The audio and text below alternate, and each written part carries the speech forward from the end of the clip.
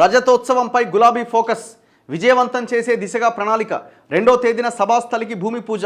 April మొదటి వారంలో కీలక సమావేశాలు. సభ విజయవంతానికి కమిటీలు. కేసీఆర్ ప్రసంగంపైనే క్యాడర్ ఆసక్తి. ఏముంది కేసీఆర్ ప్రసంగంలో? ఇప్పుడు ఈ 15 ఏళ్ళుగా కేసీఆర్ బయటకు వచ్చి ఏదైనా ఫైట్ చేసి వాస్తవాలు ప్రజలకు చెప్పి ఏమన్నా పోరాడి ఉంటే ఈ సభకి ఏమన్నా అర్థం ఉంటుంది. 15 నెలలుగా బయటికి రాకుండా ఇంట్లో పండుకొని ఎస్సీ వర్గీకరణ మీద బయటికి రావు, అసెంబ్లీలో బిల్లు ఆమోదిస్తే అక్కడ రావు, బీసీ కులగణన మీద బయటికి రావు, కులగణనలో పాల్గొనవు, అసెంబ్లీలో చర్చలో పాల్గొనవు. ఏ ఒక్క అంశం మీద నువ్వు రెస్పాండ్ కాకుండా కేవలం ఫామ్ హౌస్కి పరిమితమై ఇప్పుడు నేను బహిరంగ సభ పెడుతున్నా అందరు రావాలే, కేసీఆర్ ప్రసంగం మీద ఆసక్తి ఏముంటుంది? ఆసక్తి గదే మాట్లాడతాడు. ఈ గవర్నమెంట్ అట్లా చేసింది ఇట్లా చేసింది అంటాడు. అట్లా చేసింది ఇట్లా చేసిందని మాట్లాడేటప్పుడు నువ్వు గ్రౌండ్కి వచ్చి ఏం చేసినావు? కనీసం అసెంబ్లీలో చర్చలో కూడా పాల్గొనలే కదా. నీ మీటింగ్కి అర్థం లేదు. మీరు ఇష్యూస్ మీద బలంగా పోరాడి ఉండి ఈ మీటింగ్ పెట్టుంటే దానికి ఒక అర్థం ఉంటుండే. ఇప్పుడు మళ్ళీ ఈ మీటింగ్ అయిపోయినా మళ్ళీ ఇంట్లో అంతాడు కథం. మరి ఆ మీటింగ్ ముందేంది తర్వాత ఏంటంటే ఏముంది? ఏం లేదు. 5 లక్షల మందినో 10 లక్షల మందినో జనాన్ని చూపించాలి, ఇగో ఇది మా బలం అని చెప్పాలా. ఇవాళ రేపు ఏ రాజకీయ పార్టీ మీటింగ్కి అయినా జనాలు వస్తారు. కాంగ్రెస్ అయినా, బీజేపీ అయినా, బీఆర్ఎస్ అయినా, ఇంకో పార్టీ అయినా 300-500 చేతులు పెడితేనే జనవాడికి వస్తారు. ఎందుకంటే వాళ్ళు అంతా కూలీ పనికి పోయేటోళ్ళు, రోజు ఉపాధి ఏదో ఒక పని చేసుకొని బతికేటోళ్ళు.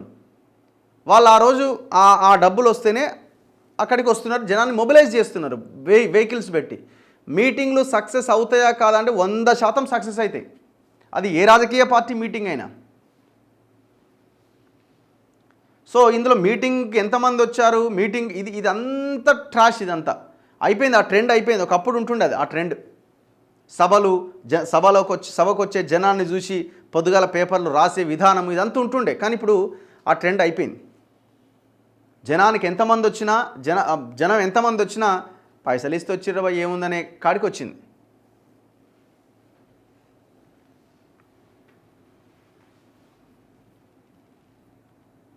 ఇప్పుడు మీరు మీటింగ్లో ఏం చెప్పుకోవాలా?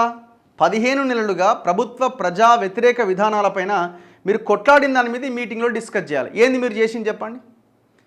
మీరు చేసిన 10 ఏళ్ళ దుర్మార్గాలు, అరాచకాల వల్ల మీరు మాట్లాడలేని సిచ్యువేషన్లో ఉన్నారు. ఇవాళ భూముల మీద మీరు మాట్లాడగలుగుతారా? తెలంగాణలో ఉన్న భూముల మీద మీరు మాట్లాడగలుగుతారా చెప్పండి? వర్గీకరణ మీద మాట్లాడతారా? బీసీల మీద మాట్లాడతారా? ఏ అంశం మీద మీకు మాట్లాడే నైతిక అర్హత ఉంది? ఉద్యోగాల మీద మీరు మాట్లాడగలరా? అందుకే ఈ ప్రభుత్వం మీద ఇంత వ్యతిరేకత వచ్చినా మీకెందుకు మైలేజ్ రావట్లేదు?